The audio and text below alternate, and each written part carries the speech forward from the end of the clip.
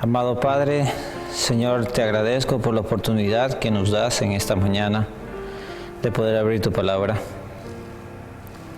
Gracias porque estamos aquí reunidos solo porque tu Espíritu Santo nos ha traído aquí.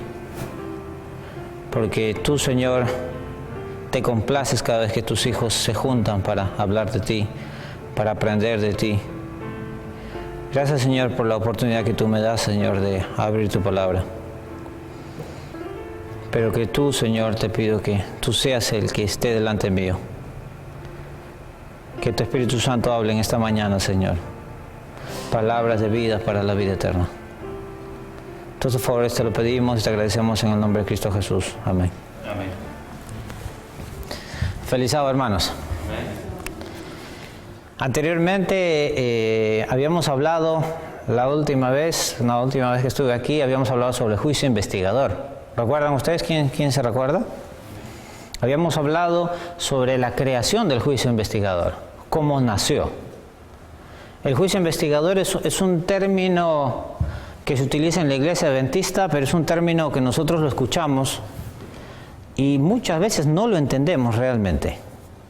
Y no lo entendemos en la aplicación que tiene que tener.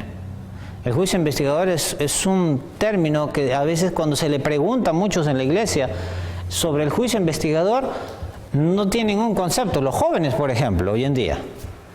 Si le preguntamos, ¿qué es el juicio investigador? Y se quedan pensando como... Sin embargo, el juicio investigador es una de las doctrinas básicas para un adventista del séptimo día. Un adventista del séptimo día debe saber claramente, dar fe de ese concepto. ¿Qué quiere decir el juicio investigador? Quiere decir, ¿qué es lo que está sucediendo hoy mismo en el cielo? Hoy día, así como el sábado está transcurriendo, nosotros deberíamos saber qué está sucediendo en el cielo. En el santuario celestial, Cristo, ¿qué cosa está haciendo Cristo en el santuario celestial? Y los adventistas del séptimo día tienen, digamos así, una ventaja o un privilegio en el conocimiento del juicio investigador. El juicio investigador es un lente que el Señor nos ha dado, como cuando usted quiere enfocar algo y quiere mirar hacia allí, quiere enfocarse en algo. Cuando leemos la Biblia a través del juicio investigador, nosotros podemos entender mejor los textos de la Biblia. A través del juicio investigador nosotros podemos entender, por ejemplo, el texto y la parábola que nosotros tenemos de Mateo sobre las bodas. En Mateo 22 se habla de una parábola donde un rey quería celebrar unas bodas para su hijo. ¿Pueden buscar en sus Biblias Mateo 22? Mateo capítulo 22. Vamos a buscar todos juntos allí. Mateo capítulo 22. Voy a pedir que por favor abran sus Biblias. Las Biblias, los que tienen allí a la mano y los que no tienen, pídele prestado a alguien, porque vamos a leer la palabra de Dios. Así que miren, Mateo 22. En Mateo 22 nosotros tenemos una parábola y en esta parábola el rey manda a hacerle unas bodas a su hijo. Y las bodas, el rey hace un primer pedido. Y la gente le dice a sus siervos, vayan y traigan gente. Y la gente rechaza. Hace un segundo pedido. Vayan y vuelvan a traer más gente. Y la gente vuelve a rechazar. Inclusive matan a los siervos. Entonces nosotros ahora vamos a empezar a hablar a partir del verso 9. Este es el tercer pedido que hace el rey. A partir del verso 9 nosotros vamos a ver realmente en este tercer pedido. Pero antes de eso yo quería aclarar algo. Muchos cristianos, en el mundo cristiano, entienden esta parábola de la boda muy claro, en el sentido de que, por ejemplo, el rey es ¿quién? ¿Representa a quién? A Dios el Padre. El Hijo en la boda representa a ¿quién? Al Hijo Jesucristo. Muchos de los cristianos hoy en día ven que la invitación a las bodas es el mensaje del Evangelio. Y entienden también de que el traje de bodas que se entrega en la boda, ¿qué cosa es? La justicia de Cristo. Sin embargo, cuando nosotros miramos esta parábola a través de la doctrina básica del juicio investigador, nosotros vamos a entender algo más. Por 2000 años hemos tenido nosotros esta parábola y por 2000 años esto es lo más que se ha entendido. Pero en los últimos 160 años que nosotros como adventistas conocemos el juicio investigador, se ha llegado a entender con mayor luz la parábola. Y eso es lo que vamos a leer ahora. ¿Qué es lo que sucede realmente en esta parábola? Busquen conmigo, por favor, Mateo 22, vamos a ver ya del verso 9. Acuérdense, el primer pedido fue rechazado, el rey pidió que vinieran, fue rechazado, el segundo pedido fue rechazado, y en el verso 9 vamos a empezar con el tercer pedido. Y dice así: id pues a la salida de los caminos y llamad a las bodas a cuantos halléis. ¿Estamos? 10. Y saliendo los siervos por los caminos, juntaron a todos los que hallaron, juntamente malos y buenos, y las bodas fueron llenas ¿de qué? ¿De qué dice? De convidados. Aparentemente, nosotros vemos que se solucionó el problema, ¿verdad? El rey mandó a sus siervos y dice, ¿qué dice acá el texto 9? El verso 9 y 10, dice que trajeron a todos los que estaban ahí. Miren un detalle bien interesante, dice, y saliendo los siervos por los caminos en el 10, juntaron a todos los que hallaron juntamente, ¿quiénes? ¿Buenos solamente? Bandos, malos y buenos. Pero la fiesta se llenó. El local se llenó o no se llenó. Se llenó, nosotros vemos allí que se llenó. Y nosotros vamos a ver un tema bien interesante acá. El local se llena, la fiesta se llena con combinados buenos y malos. Acá ya nosotros tenemos dos grupos.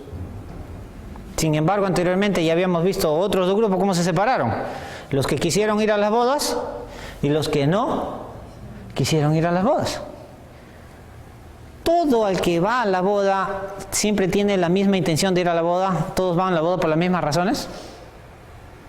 Yo recuerdo a veces ir a una boda porque no tenía que comer en mi casa y en la boda hay comida, ¿no es cierto? Así que ahí me metía.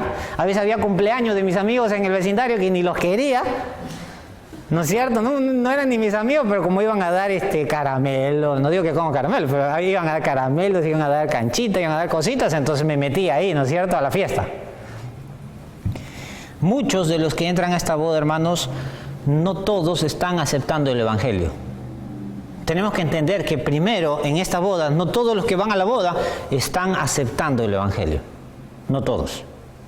Algunos sí, y otros van por otro tipo de intenciones. Vamos a leer en el verso 11.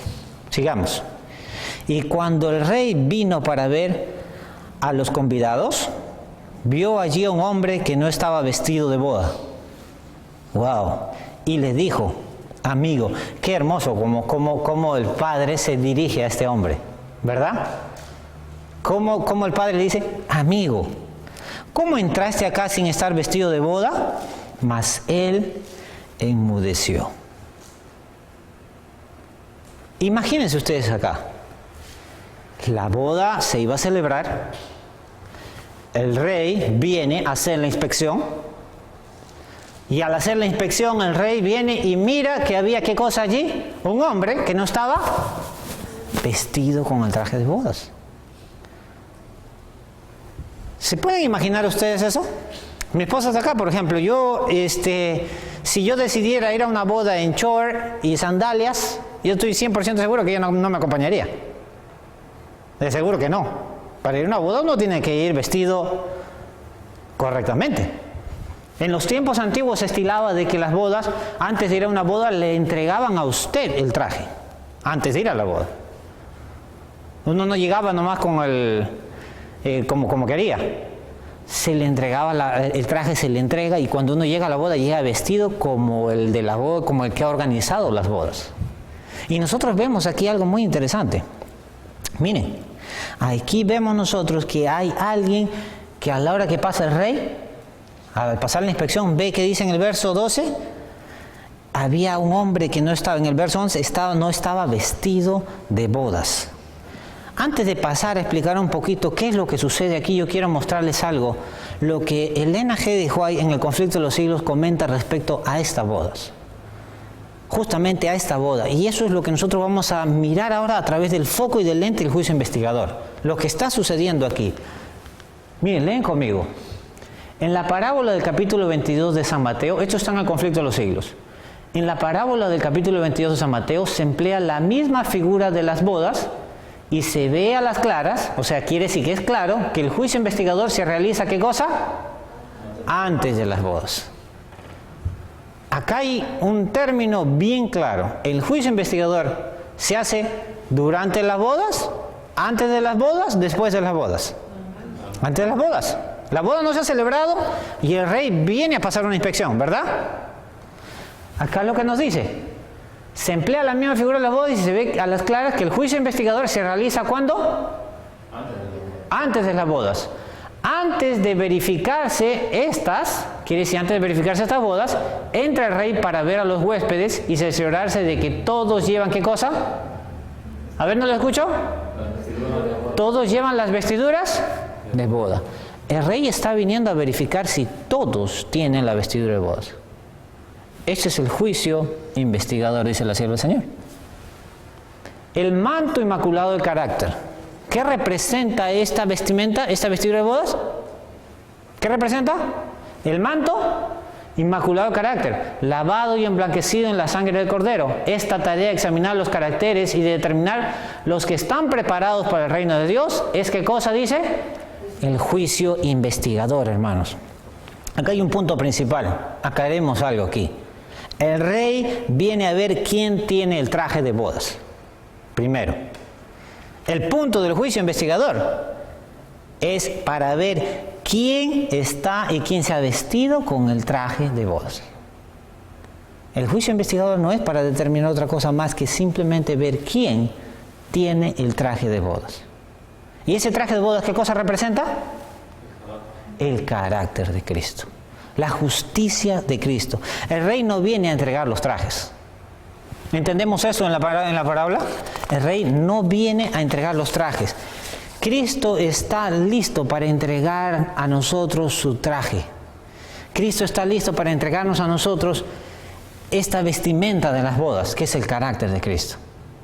Depende de nosotros el poder recibirlo. El ir y buscar y aceptar. Pero Cristo siempre ha querido darle a su pueblo su traje, su carácter, su justicia. Amén. Amén. Y eso es algo que nosotros tenemos que entender. Si nosotros no aceptamos ese traje, si nosotros no aceptamos lo que Cristo nos está entregando, su justicia, entonces entraremos y caeremos dentro de lo que dice el verso 12. Miren, vamos a leer nuevamente el verso 12. Dice, y le dijo el rey, ¿cómo entraste acá sin estar vestido de bodas? Mas él, ¿qué cosa pasó? Enmudeció. Hermanos, acá vemos algo muy interesante. Cuando Cristo viene y nos ha querido entregar su traje de bodas, dice que viene el rey, pasa la inspección y entonces dice que este hombre que está vestido a su manera, que se había puesto su propia ropa, dice que se quedó mudo. ¿Y mudo por qué? Dice que mudo porque no halló excusa para justificar esa ropa que se había puesto él. Mudo porque no halló excusa, porque se acordó en ese momento todas las oportunidades que el Espíritu Santo tuvo para poder llamarle a su corazón, para entregarle esas vestimentas. Se quedó mudo porque reconoció todo tipo de momentos y oportunidades que él rechazó abiertamente. Se quedó mudo porque se dio cuenta que ya era demasiado tarde. Hermanos, y se le dirá, así lo que vamos a leer en el verso 13. Entonces el rey dijo a los que servían, atadle de pies y manos, llevadle y echadle en las tinieblas de afuera, allí será el lloro y el crujir de dientes. Hermanos, eso es algo que nosotros realmente quisiéramos borrar de la Biblia. Nos cuesta entender que en algún momento el Padre va a pronunciar estas palabras con nosotros. En algún momento el Padre va a decir estas palabras, ¿sabes qué? Agarrarlo, amarrarle, echarle afuera en la oscuridad, de allí será el lloro y el crujir de dientes. Quisiéramos pensar que esas palabras no existen, pero va a llegar un momento si nosotros decidimos no ponernos ese traje de bodas. Mejor dicho, si nosotros decimos que Cristo nos lo ponga, porque ni siquiera nosotros nos lo podemos poner. Cristo es el que viene y nos lo pone. Quiero preguntarles algo. ¿Es una realidad para ustedes lo que está sucediendo hoy en día en el juicio investigador? ¿Es una realidad de lo que sabemos lo que está sucediendo hoy día en el cielo, donde nombres están siendo aceptados y nombres están siendo rechazados? En el cielo hoy en día hay un juicio investigador y eso está sucediendo. Cristo está revisando el nombre de cada uno de nosotros. En cualquier momento nuestro nombre puede ser llamado en las cortes celestiales. Se le va a pedir al ángel que abra el libro de la vida y nuestro nombre va a retumbar en las paredes de las cortes celestiales. ¿Y qué se va a hallar allí? Estamos viviendo hoy en día en la situación de que si de repente nuestro nombre se llama, ¿cómo vamos a ser hallados? Si el rey te mirara hoy mismo, ¿qué es lo que te diría? ¿Estás vestido con el traje de bodas de Cristo? ¿O estás vestido con tus propias vestimentas que tú mismo te has inventado? Que tú mismo te has puesto, que tú mismo te has armado. ¿Con qué traje estamos nosotros vestidos? Es algo que nosotros tenemos que entender, pero por la gracia de Dios, nosotros en algún momento vamos a tener esas vestimentas. ¿Amén? Amén. ¿Tenemos esa esperanza? Amén. Vamos a revisar, quiero que vayan conmigo a Apocalipsis 5. Busquen en sus Biblias, Apocalipsis 5. Aquí Juan nos da un texto muy importante relacionado justamente a este tema. Juan describe a este tipo de personas. Apocalipsis capítulo 3, que diga, capítulo 3, versículo 5. Aquí Juan nos va a dar un texto claro. Apocalipsis capítulo 3, verso 5. ¿Lo tienen? ¿Amén? Amén. Vamos a leer. ¿Qué dice allí? Apocalipsis capítulo 3, verso 5. El que venza será vestido de ropa blanca, no borraré su nombre del libro de la vida, y confesaré su nombre ante mi Padre y ante sus ángeles. Amén. Miren, el que venciere será vestido ¿de qué dice? De vestiduras blancas. Y no borraré su nombre del libro de la vida y confesaré su nombre delante de mi Padre y delante de ¿quién? De sus ángeles. El punto es, aquí dice, ¿a quién? ¿Al qué? Al que venciere. Al que venciere. Hermanos, esto está hablando justamente, refiriéndose a quién. Dice, al que venciere lo voy a vestir de las vestiduras blancas. ¿Cuáles son estas vestiduras? Las bodas. Las vestiduras que se entregan ¿cuándo? En la boda. Dice aquí, al que venciere. Hermanos, hay una diferencia entre vencer, ser vencedor, y el otro es ser perdonado.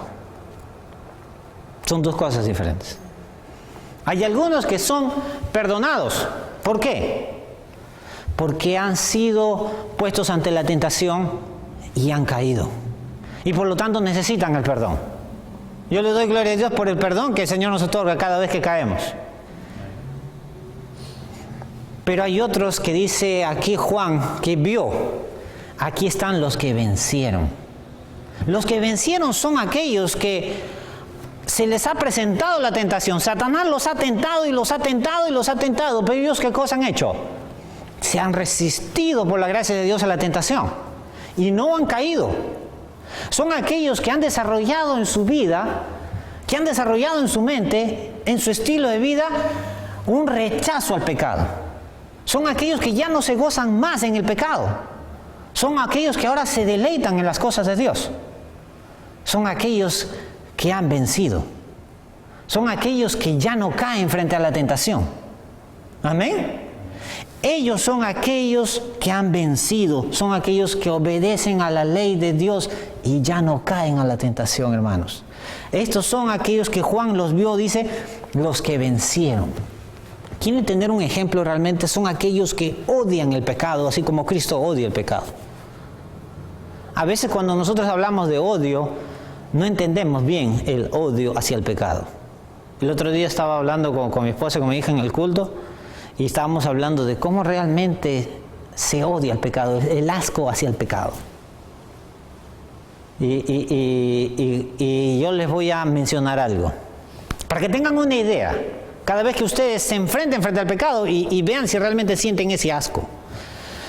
Hay un rock and rollero muy famoso, un grupo de rock and roll muy famoso en el mundo que antes andaba, son de los 80s y 90s, creo que el nombre de ellos es Led Zeppelin y había un cantante famoso de ellos. No sé si ustedes lo han escuchado. Bueno, él.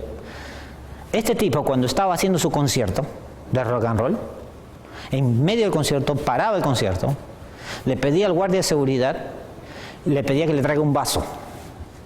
Le decía, tráiganme ese vaso. Y le decía, mostraba el vaso y decía, ahora al de seguridad, vayan allá y denle a todos de este vaso y que en este vaso todos escupan. Y el de seguridad se le pasaba por toda la gente del concierto y todos escupían en ese vaso. Cuando ese vaso estaba lleno, se lo traían a él. Y él lo mostraba y se lo tomaba. Carla, mi hermana Amanda ya volteó el rostro completamente. ¿Entienden lo que es tener asco hacia el pecado? Esa misma reacción que han tenido ustedes cuando yo les he contado esto es lo que el Señor espera que nosotros tengamos por el pecado. Así es el odio que estos desarrollaron, que los que Juan vio, vencedores, quiere decir que ellos le tenían asco al pecado. ¿Sí me entiende? Esto es lo que Juan vio, es un pueblo que ha sido perdonado, amén. Agradezco a Dios por el perdón, pero todavía el pueblo de hoy, todavía como pueblo, nosotros no podemos decir que somos vencedores. Si no, ya no estaríamos aquí. Amén. Si fuésemos vencedores, no estaríamos aquí. Todavía. Quiero entrar en el corazón realmente del mensaje. Y quiero que veamos este texto de acá. Mensajes selectos. Miren, lo que Cristo realmente está haciendo en el santuario celestial. Miren, lean conmigo. Cristo está representado como ¿qué? Estando, dice, continuamente ante el altar. Hoy día, Cristo está continuamente ante ¿dónde? Ante el altar. ¿Qué hace allí? Donde ofrece, dice, momento tras momento el sacrificio por los pecados ¿de dónde? ¿De quién? Del mundo. El sacrificio expiatorio efectuado por un mediador, ¿qué cosa dice Elena G. Hoy? Es esencial. Es esencial que Cristo esté ahora, momento tras momento, frente al altar, interviniendo por nosotros. Él está haciendo un juicio, Él está haciendo un sacrificio expiatorio frente al altar. Miren lo que dice, el sacrificio expiatorio efectuado por un mediador, ¿qué cosa dice? Es esencial, es básico que Él esté allí. ¿Debido a qué? A que se cometen, ¿qué cosa? Pecados continuamente. Hermanos, esto es algo que nosotros tenemos que entender. Cristo está empleado en el santuario celestial. Lo tenemos ahí trabajando día y noche. Es importante que esté allí. ¿Por qué? ¿Por qué dice la sierva del Señor? Debido a que se cometen pecados continuamente. Cada vez que tú pecas, cada vez que yo peco, cada vez que pecamos, los pecados entran al santuario celestial y contaminan el santuario celestial, y necesitamos a Cristo interviniendo por nosotros allí, y es esencial el trabajo que Él hace. ¿Pero por qué? Porque estamos pecando constantemente. Tenemos a Cristo empleado allí, y es allí donde no lo queremos. Nosotros no queremos tener a Cristo trabajando ahí las 24 horas. Nosotros queremos estar con Cristo ya en la patria celestial. ¿Amén? Nosotros queremos ya estar al lado de Cristo, caminar por las calles de oro de cristal. Queremos estar con Cristo y estar con Él en diferentes situaciones, abrazados de Él, conversando con Él, tenerlo rostro a rostro. Pero a raíz de que nosotros estamos pecando constantemente, lo tenemos empleado, ¿en dónde? En el santuario celestial. ¿Por qué? Porque pecamos constantemente. Esa es la razón principal por la cual Cristo está allí, a raíz de nuestros pecados. La razón por la cual Cristo no ha regresado todavía es porque el pueblo de Dios todavía continúa ¿qué? Pecando. Cristo no ha venido todavía porque su pueblo continúa pecando. Vamos a leer ahora en Apocalipsis un texto muy hermoso. Apocalipsis 22, 11 y 12. Apocalipsis 22, ahí más adelante, unas páginas más adelante. Apocalipsis 22. Y quiero que veamos aquí este texto tan interesante, lo que va a suceder en el mundo en algún momento.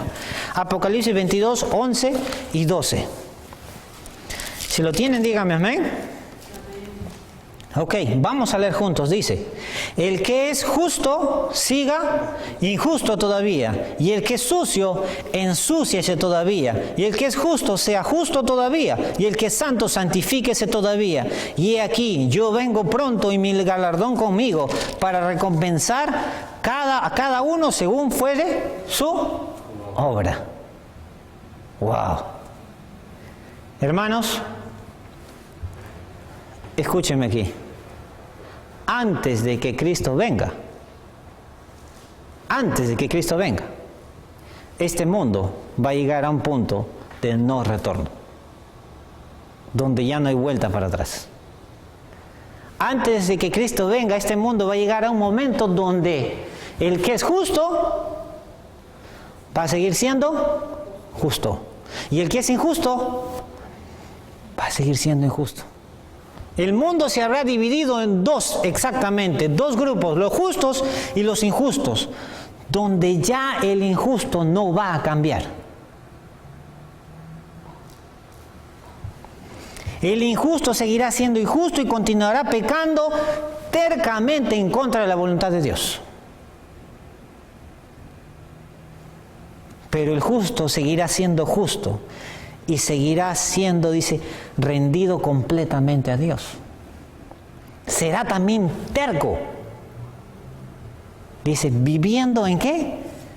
En una vida de obediencia y victoria sobre el pecado en Cristo Jesús. Tendremos dos grupos. Antes de que Cristo venga tendremos dos grupos. Bien claros.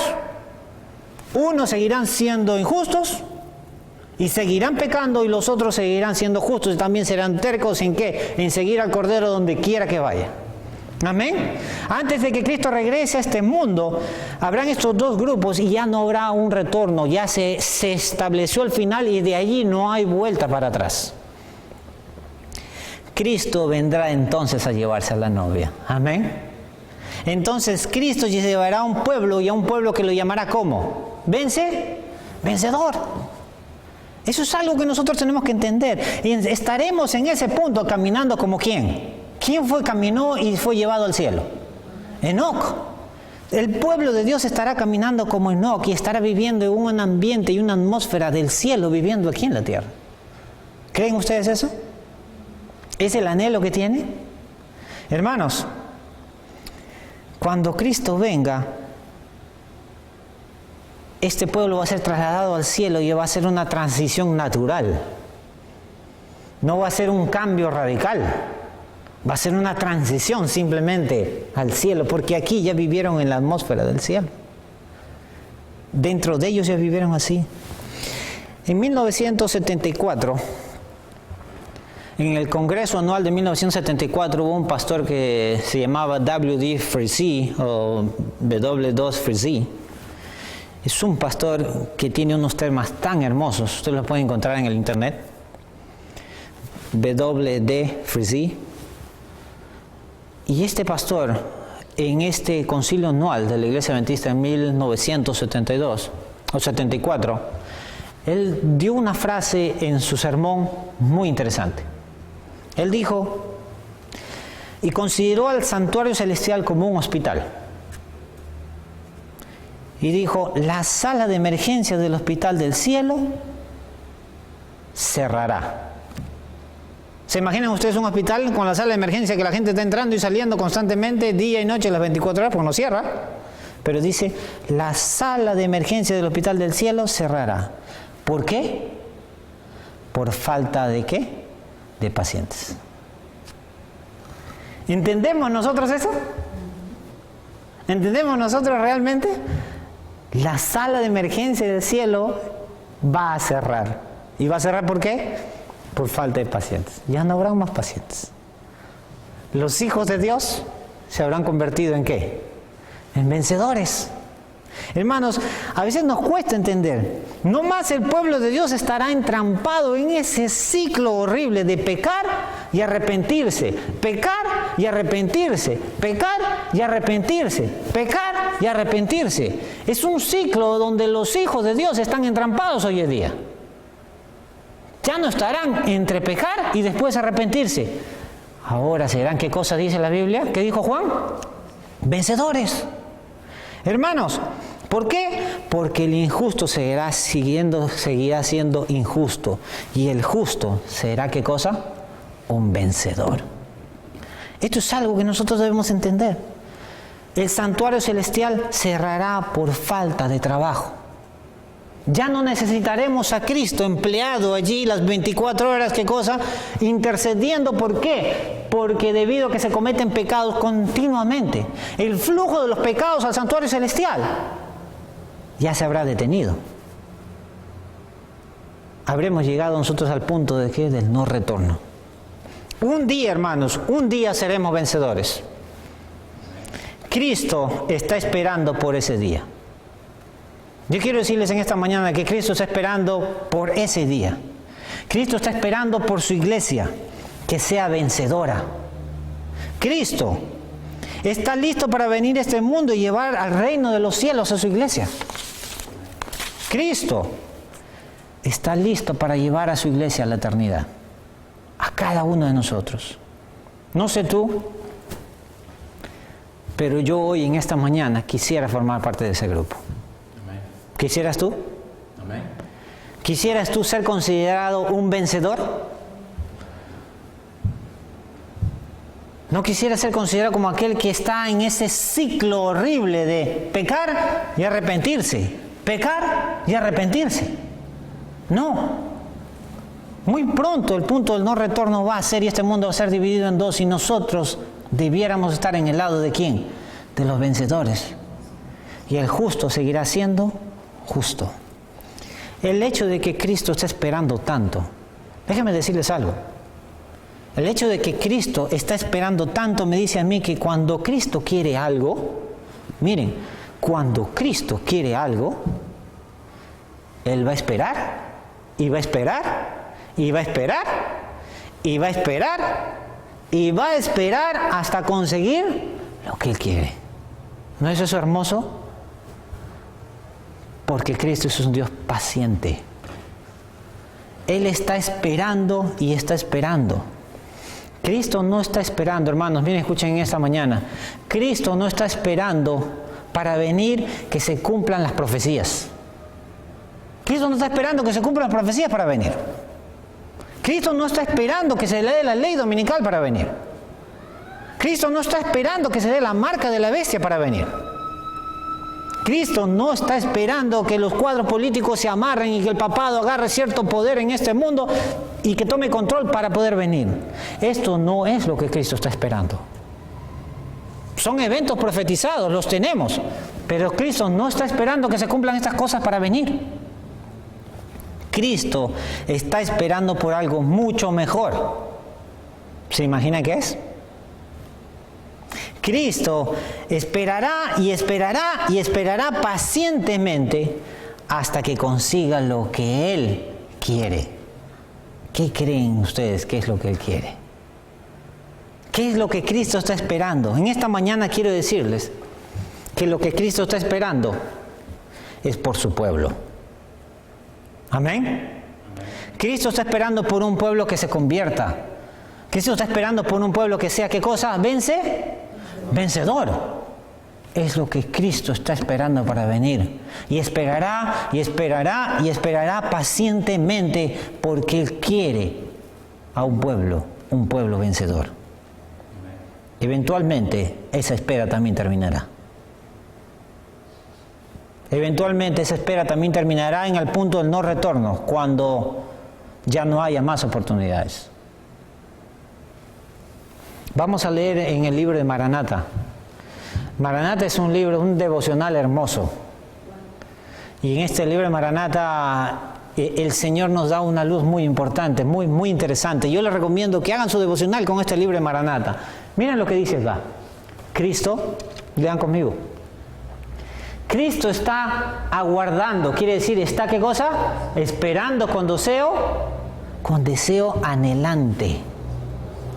Con deseo anhelante. Yo recuerdo el día de mi boda.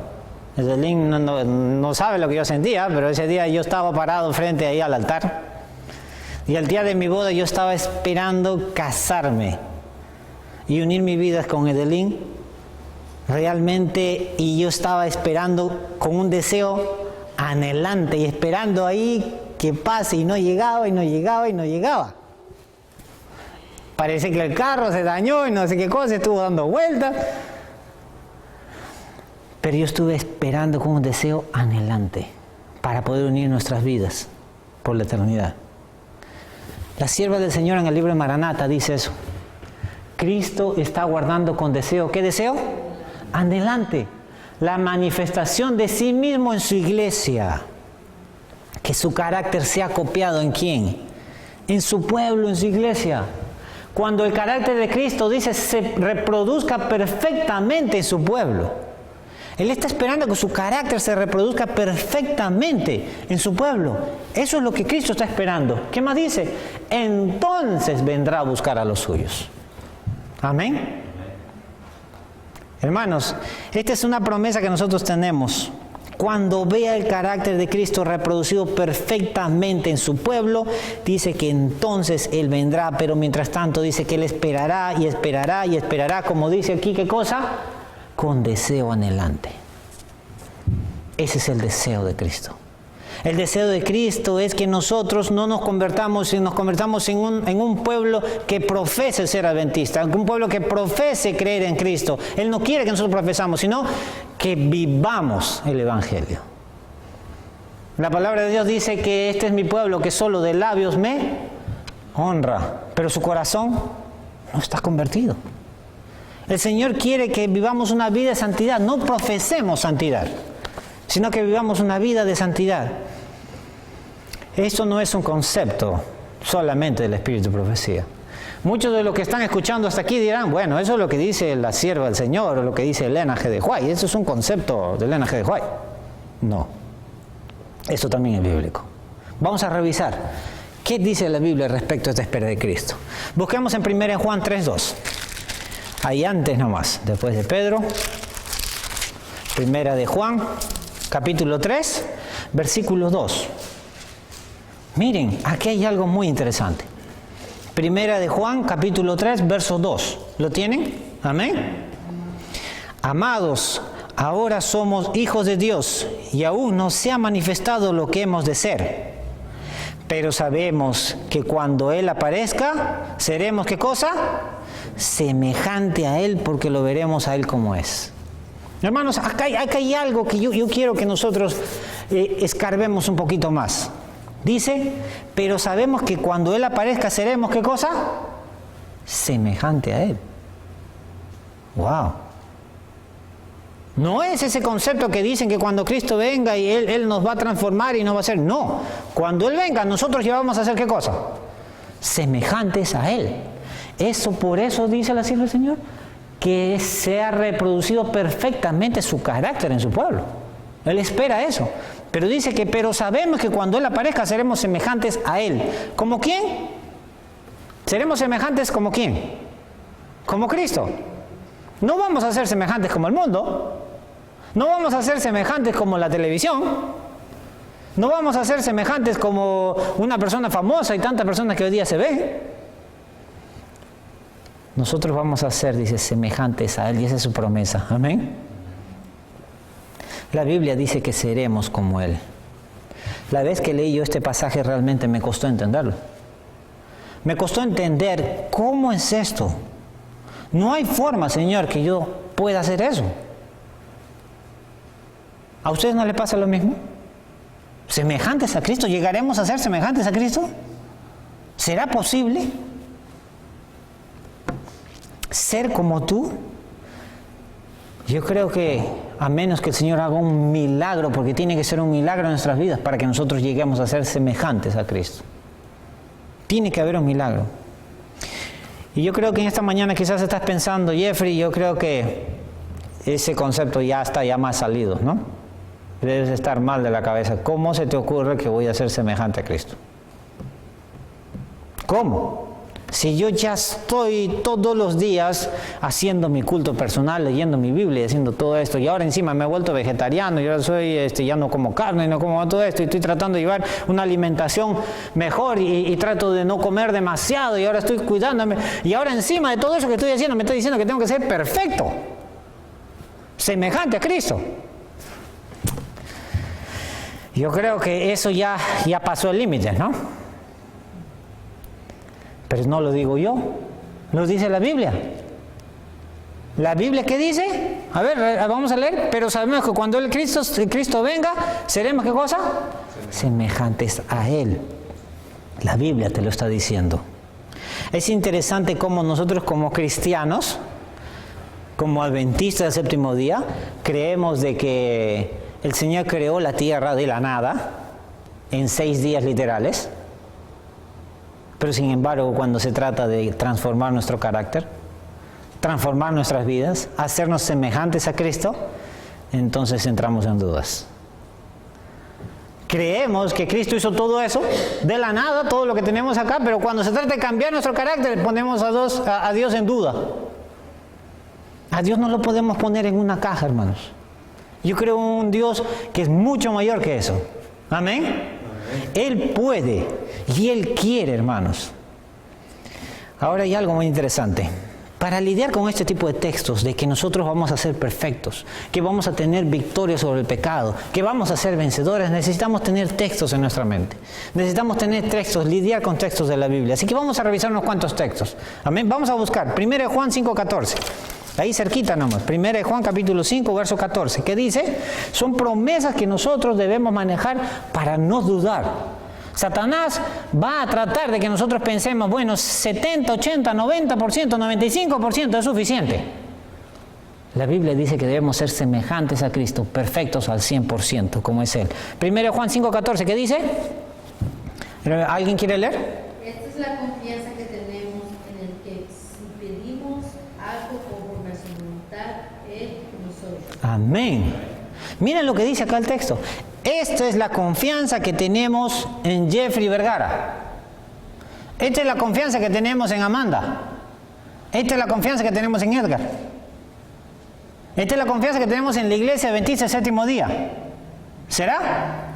Dice, esta es la confianza que tenemos ¿en quién? En Cristo.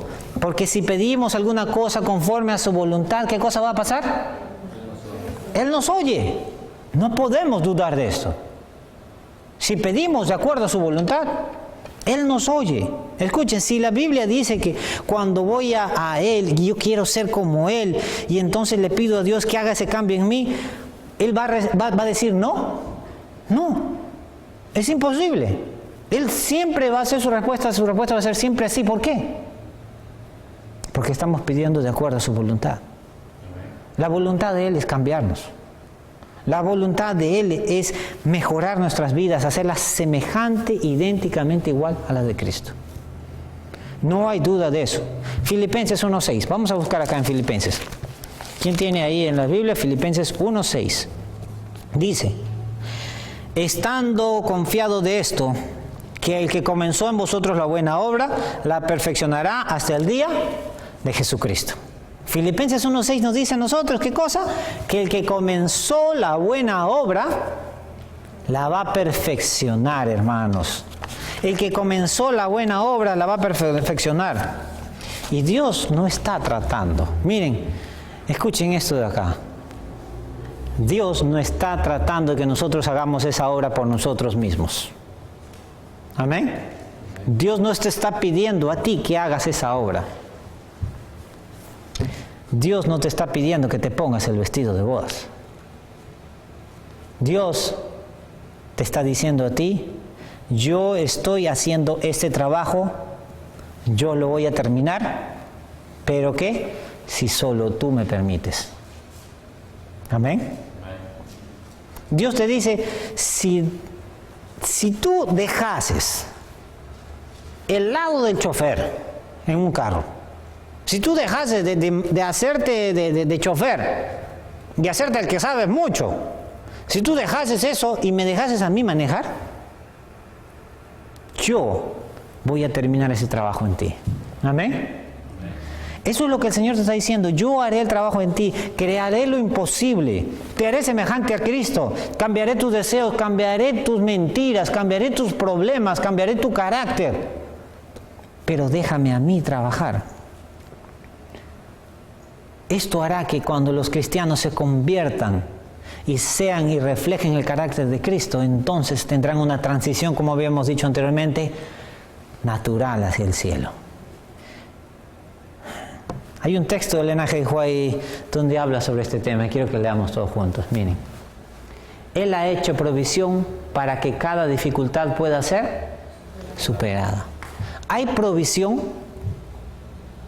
Quiere decir, Él ha preparado ya de antemano para que cuando se presente la dificultad, sea ¿qué cosa? Superada. ¿Cuántos le agradecen a Dios por eso? Cada deseo sea suministrado por el Espíritu Santo. Que cada deseo, cuando yo realmente le digo, Señor, quiero levantarme temprano para orar, quiero estudiar tu palabra, quiero hacer esto, yo quiero. Mi naturaleza me dice, no, pero yo quiero. Dice, el Espíritu Santo va a suministrar cada cosa que yo desee. Va a venir un soporte, va a venir una ayuda del cielo para que nosotros podamos tener ayuda. El Señor está esperando eso de nosotros. Así es su voluntad, dice, para que el hombre llegue a tener un carácter cristiano perfecto. Hermanos, para que el hombre llegue a tener un carácter cristiano perfecto, Él nos está diciendo que no lo hagamos nosotros por nuestra cuenta. Él dice, yo te voy a proveer, solo déjame a mí hacerlo. Sal del lugar de manejar las cosas y déjame a mí manejar tu vida. Eso es lo que el Señor nos está pidiendo. Entonces tendremos una pregunta ahora en esta mañana. ¿Cómo? No se les viene a la cabeza a ustedes, pero ¿cómo vamos a llegar a esa perfección? ¿Cómo se va a obrar ese milagro? Y aquí hay algo que nosotros, cuando leemos la palabra de Dios, hay una respuesta tan clara de Pablo. Vamos a buscar en 2 Corintios. 2 Corintios 3:8. Busquen conmigo. 2 Corintios 3:8. Miren lo que dice.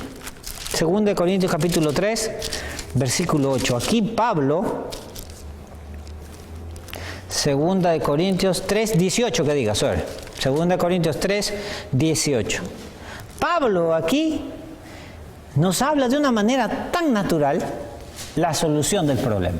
¿Cómo se va a ejercer este cambio? ¿Cómo nosotros vamos a poder llegar a este milagro en nosotros mismos? Miren, 2 Corintios 3, capítulo 3, verso 18, dice, por tanto nosotros todos, mirando con cara descubierta como un espejo la gloria del Señor, somos transformados en la misma imagen de gloria en gloria como por el Espíritu del Señor.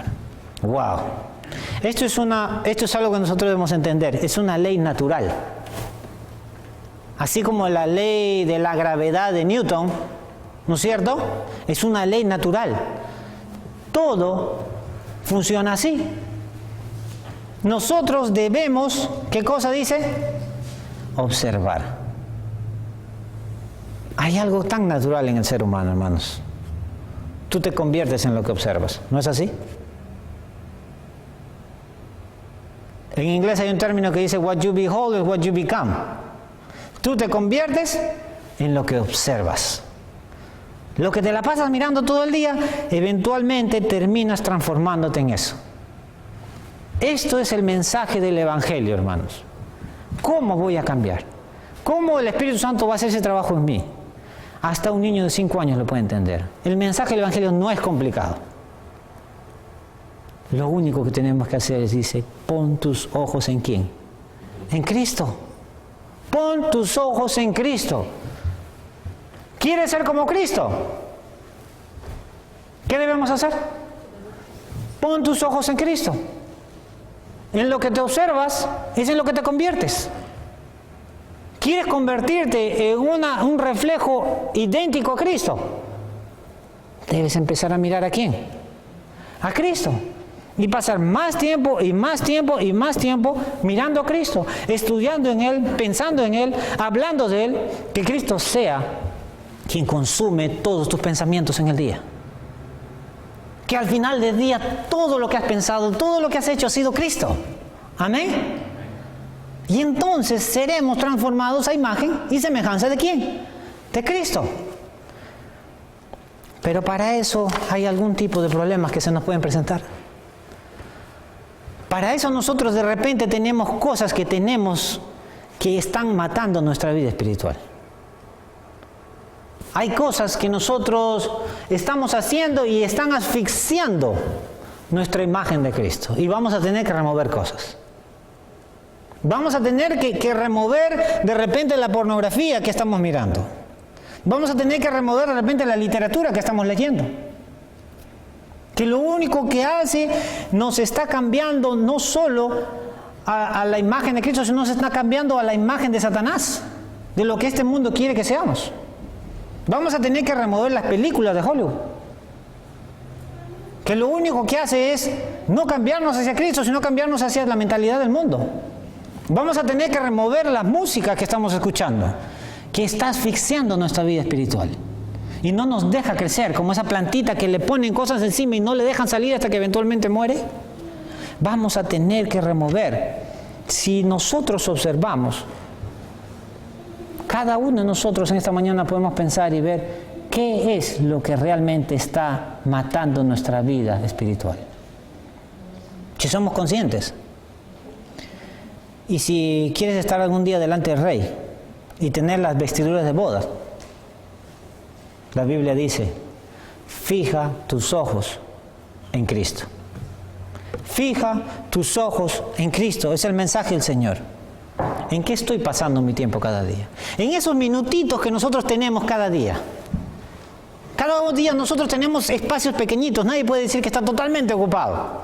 Tenemos un minuto acá, un minuto allá, cuando estás en la mañana, cuando te levantas, cuando te cepillas, ¿en quién estás pensando? Cuando te cepillas los dientes en la tarde, ¿en quién estás pensando? ¿Qué estás cantando? Cuando te duchas, ¿en quién estás meditando? Cuando sales al camino al trabajo, ¿en quién estás meditando? Cuando llegas tú a tu casa y de repente estás cansado y tu mente se pone ahí en neutro, ¿en quién estás meditando? ¿Qué es lo que ocupa nuestros pensamientos todos los días? Tenemos que ver estos detalles y tenemos que ser conscientes, hermanos, que no podemos dejar nuestro devocional en la casa y después salir al día y dejar a Cristo en el devocional. Tenemos que darnos cuenta que no podemos solamente dejar a Cristo para el sábado y después a llegar a nuestros días como vamos. Si somos nosotros conscientes y queremos ver por qué estamos donde estamos, es porque Cristo no forma parte de nuestra vida diaria en todo el día. En esas pequeñas cositas que tenemos. ¿Amén? Tenemos que llevar a Cristo a través del día, tenemos que meditar en Él, tenemos que pensar en Él, tenemos que reflexionar en Él. Muchos hoy en día pasan mirando el espejo. Conozco muchos que se pasan mirando en el espejo más de lo que miran a Cristo, más de lo que miran cualquier otra cosa. Y para esos hombres que miran a las mujeres, déjame decirles que hay hombres hoy en día que pasan tanto tiempo frente al espejo, mirándose. Yo quiero darles un consejo a todos los hombres. El mundo ha hecho que Cristo sea visto como una persona débil. Satanás ha hecho que el concepto del mundo sea sobre Cristo una persona débil, debilucha, sin carácter. Hermanos, si tú quieres ser realmente masculino, si tú quieres ser un hombre de verdad, fija tus ojos en Cristo. Porque Cristo es el verdadero hombre. Hombres y mujeres debemos fijar nuestros ojos ¿en quién? En Cristo, hermanos. ¿Qué piensa la gente cuando te mira a ti? ¿Piensa que eres un cristiano? ¿Piensa que eres de repente un secular? ¿O piensa que eres alguien que se parece a Cristo? ¿Qué piensa la gente de ti cuando te mira? Cuando Moisés, en Éxodo 34, cuando Moisés bajó de la montaña de haber estado con Cristo y se puso frente a los israelitas, tuvieron que cubrirle el rostro a Moisés. ¿Por qué?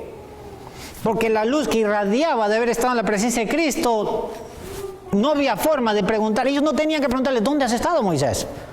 Ellos sabían que había estado en quién, con la presencia de quién, de Cristo. Cuando tú haces tu devoción en la mañana, cuando haces tu estudio bíblico en la mañana y cuando sales en el mundo, en el día, en tu trabajo, la gente verá que fluye a través de ti ¿quién? Cristo. La gente verá que tú has estado en la presencia de ¿quién? De Cristo. Hermanos, por eso es importante que nosotros entendamos eso. ¿En qué estamos pasando nuestro tiempo? Cristo ocupa, Cristo es la consumación de nuestros pensamientos a través de todo el día. Quiero compartir con una historia de Ilan Evers. Esta historia es de un personaje en la época de Elena G. White, en los años 1800. Ilan Evers fue un hombre, como vimos en la serie anterior, fue un hombre que puso el nombre sobre el juicio investigador en la iglesia Adventista del Séptimo Día. Después de él lo empezó a usar Jaime White y hoy día lo usamos comúnmente, el juicio investigador. El nombre juicio investigador vino de la pluma de este hombre, Ilan Evers. En cierta oportunidad, Elena G. de White, Jaime White y otros pioneros se dirigieron a una casa a nombrar a los primeros ancianos de la iglesia adventista del séptimo día. Dentro de estos primeros ancianos estaba un hombre que si muchos pasáramos, leyéramos allí, ni lo identificaríamos. Su nombre es Ilan Evers. Ilan Evers era un hombre rico de su tiempo. Ilan Evers era un hombre que tenía mucho dinero. Pero Ilan Evers tenía un problemita. Ilan Evers estudió tanto la Biblia, gracias a él muchas personas irán al cielo, predicó tanto este hombre.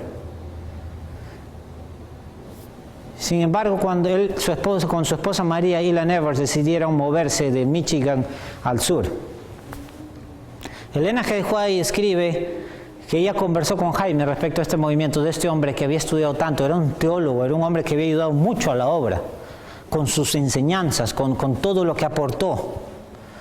Sin embargo, él y su esposa decidieron vender todo su capital y comprar tierras en el sur.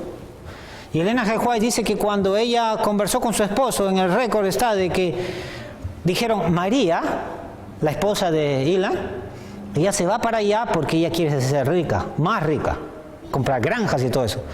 Pero Ilan, él se está yendo para allá, ¿por qué? Porque él quiere seguir predicando la palabra de Dios. Eso es lo que él hacía. Sin embargo, dice que llegaron a ese lugar, pasaron los meses y Elena G. White empezó a escuchar los reportes de que Ilan ya no estaba predicando la palabra de Dios, ya no estaba ayudando al avance de la obra. Y ella le escribió a Ilan Evers. Le dijo, Ilan, el Señor me ha mostrado de que regreses a los caminos del Señor, de que inviertas tus riquezas en la obra del Señor, que inviertas tus riquezas en el cielo. Sin embargo, Ilan rechazó el mensaje y siguió haciendo lo que seguía haciendo. La sierva del Señor menciona que el problema de Ilan era su esposa, porque su esposa tenía dominio sobre él y ella era más mundana. Y ella estaba solamente encargada de hacer, como decía hermana Amanda en la escuela sabática, hacer dinero en esta tierra. Así que la sierva del Señor volvió a hacer otra carta. Elena, qué difícil le sierva del Señor, ¿verdad? Escribió otra carta y le mandó a María. Le dijo, María, si tú sigues interviniendo en la obra que tu esposo tiene que hacer, vas a tener que ser removida. Dice que María leyó la carta y la tiró. No le hizo caso. 3 meses después, María se enfermó gravemente de una enfermedad. María se enfermó y murió. Qué difícil, ¿verdad? Elena G. White y Jaime White viajaron a la casa de Ilan para el velorio, para el entierro. Estuvieron con él, lo animaron, lo reanimaron. Le dijeron a Ilan y lo animaron para que vuelva a invertir en la obra de Dios, para que trabaje en la obra del Señor como lo había hecho antes. Y dice que su corazón fue conmovido de tal manera de Ilan que Ilan se convenció y dijo, sí, amén, voy a trabajar. Y cuando ya ellos iban a salir ese día, llegó la hija de Ilan, que tenía más o menos una edad de 20 años, y convenció a su padre de que no invierta su dinero en la obra del Señor. La hija de Ilan era tan igual o peor que la madre. Y dice que cuando regresó Elena G. White con Jaime, lo que escucharon no fueron buenas noticias. Ilan no volvió a trabajar para la obra del Señor. Meses después, está en el registro de que Ilan Edwards murió.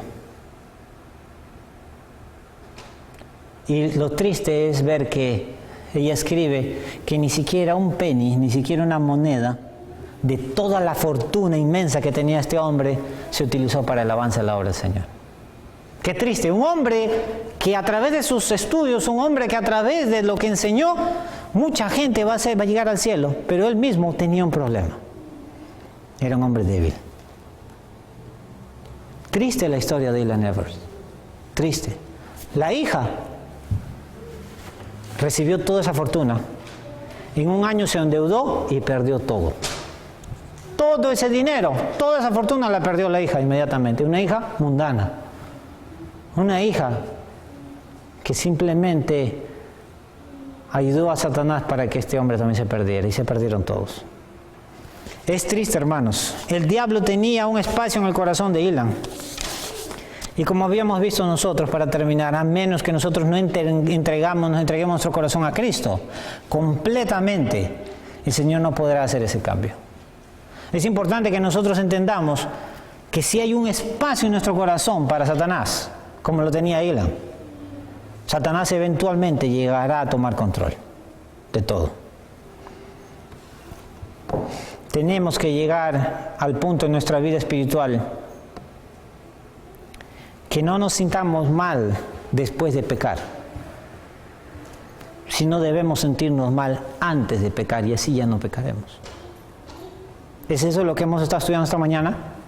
Debemos llegar al punto, hay poder en la sangre de Cristo, pero el poder no es para después de pecar. El poder de la sangre de Cristo es para antes de pecar.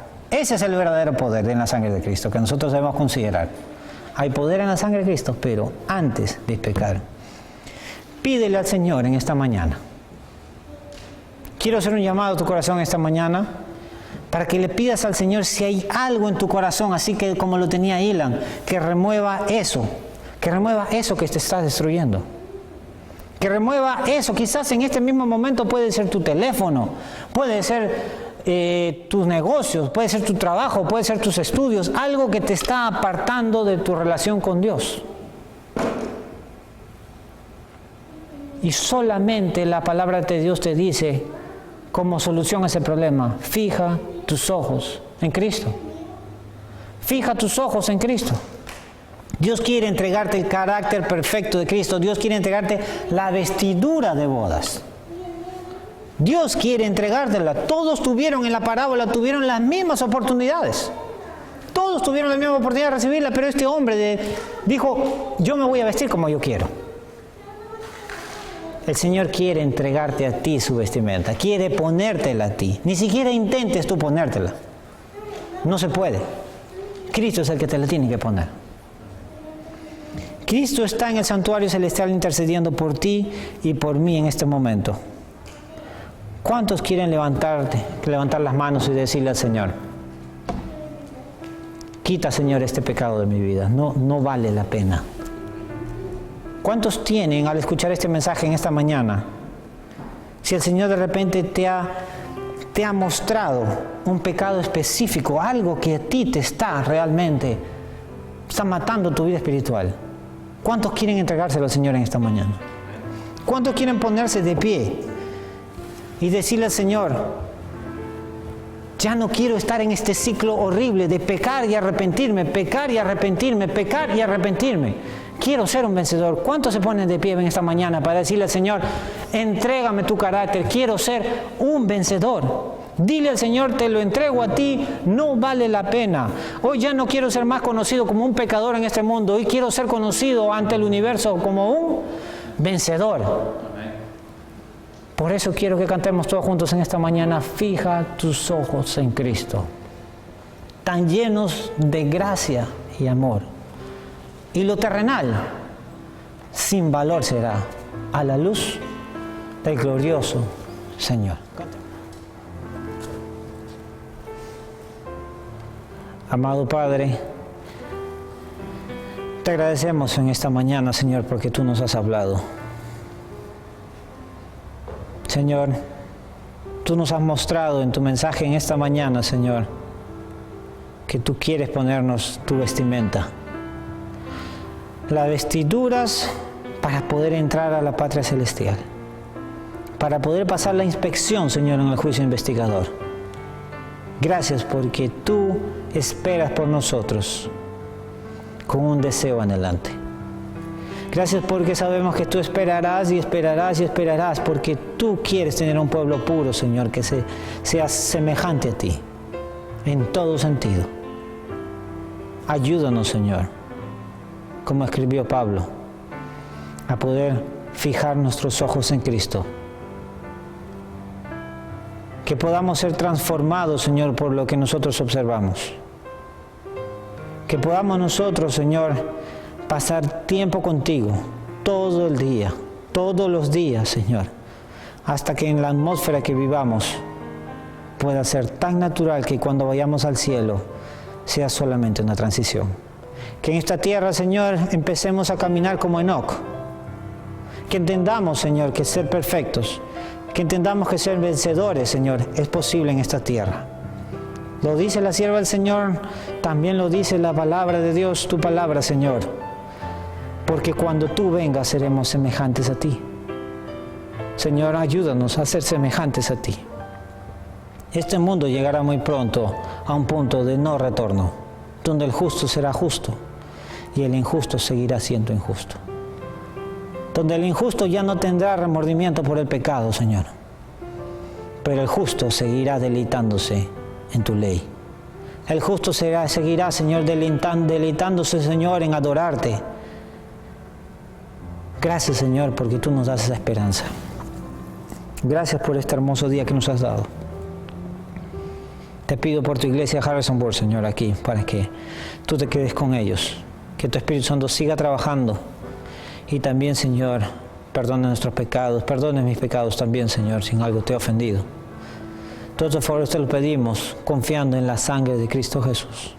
Amén. Señor, transfórmame, es mi deseo. Crea en mí un corazón nuevo que guarde tesoros en el cielo. Dios, transfórmame y lávame entero. Solo tu sangre tiene el poder de purificar. Transfórmame.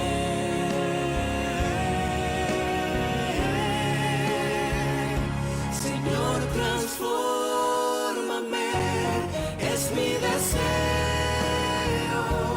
Crea en mí un corazón nuevo que guarde tesoros en el cielo. Dios, transfórmame y lávame entero. Solo tu sangre